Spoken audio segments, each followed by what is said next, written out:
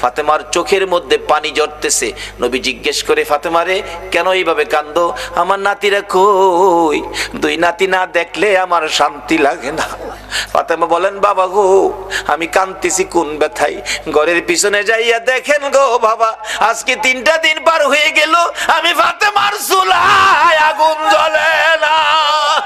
আপনার আদরের দুই নাতি না খাইয়া থাকতে থাকতে পেটের খিদার যন্ত্রণায় ঘরের পিছনে গলাগুলি করে নানা নানা কইয়া কাঁদতেছে গো বাবা। আমার নবী পিছনে যাইয়া দেখে গলাগুলি করে নানা নানা কইয়া কাঁদতেছে। নানা গো, পেটের খিদা গো নানা, সহ্য করতে পারি না।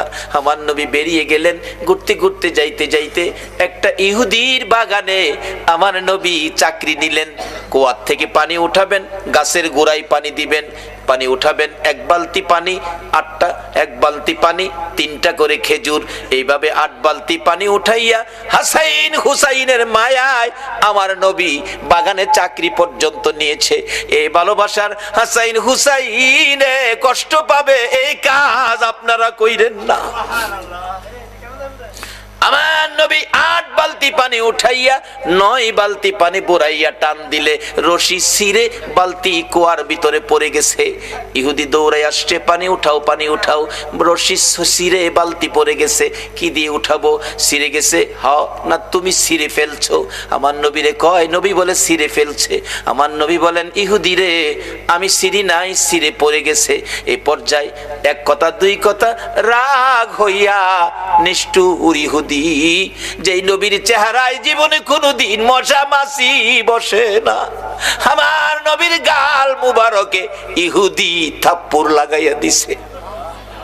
আমার নবী একটা চিৎকার মারছে, ইহুদি রে, পেটের খিদা রে, আমার নাতিরা 3 দিন পর্যন্ত খায় না, আমি রাসূলও খাই নাই রে।